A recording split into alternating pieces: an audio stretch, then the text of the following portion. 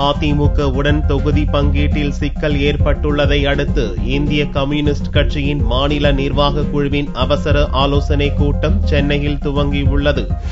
லோக்சபா தேர்தலில் அதிமுக கூட்டணியில் இடம்பெற்றிருந்த மார்க்சிஸ்ட் மற்றும் இந்திய கம்யூனிஸ்ட் கட்சிகளுக்கு தொகுதிகள் ஒதுக்கப்படுவதில் முட்டுக்கட்டை ஏற்பட்டுள்ளது.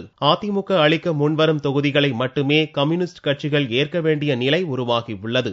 இதில் இரு கம்யூனிஸ்ட் கட்சியினரும் கடும் அதிருப்தி அடைந்துள்ளனர். மேற்கொண்டு பேச்சுவார்த்தைக்கு அதிமுக முன்வராத நிலையில் கடந்த 2 நாட்களாக மார்க்சிஸ்ட் கம்யூனிஸ்ட் கட்சியினர் தீவிர ஆலோசனை நடத்தினர். இந்திய கம்யூனிஸ்ட் கட்சியுடன் ஆலோசித்து அடுத்த கட்ட முடிவு எடுக்கப்படும் என்று மார்க்சிஸ்ட் மாநில செயலாளர் ஜி. ராமகிருஷ்ணன் அறிவித்திருந்தார்.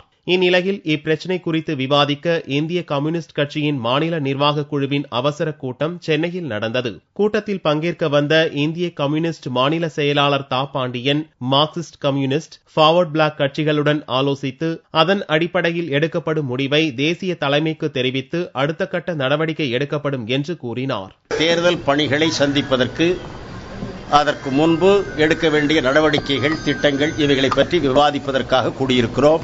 நாங்கள் கூடி எடுக்கிற முடிவுகளோடு பல ஆண்டுகளாக இணைந்து இயங்கி வருகிற இடதுசாரி கூட்டணியின் அங்கமாக இருக்கக்கூடிய இந்திய கம்யூனிஸ்ட் கட்சி, மார்க்சிஸ்ட் கட்சி தலைமையுடனும் ஃபார்வர்ட் பிளாக் கட்சியுடனும் எங்கள் அகில இந்திய தலைமையுடனும் கலந்து பேசி அடுத்தடுத்த நடவடிக்கைகளை நாங்கள் முடிவெடுத்து கட்டாயம் உங்களுக்கு அறிவிப்போம்.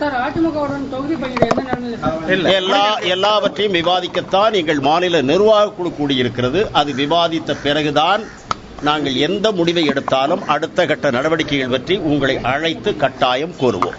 அதிமுக கூட்டணியில் இருந்து வெளியேறும் முடிவுக்கு தமிழகத்தைச் சேர்ந்த கம்யூனிஸ்ட் கட்சிகள் முன்வந்தாலும் தேசிய அளவில் 3வது அணியை ஒருங்கிணைக்கும் பணியை மேற்கொண்டுள்ள இக்கட்சியின் தலைவர்கள் அதில் அதிமுகவும் இடம்பெற வேண்டும் என்று விரும்புகின்றனர். இதனால் எந்த முடிவுக்கும் வர முடியாமல் கம்யூனிஸ்ட் தலைவர்கள் குழப்பத்தில் உள்ளனர்.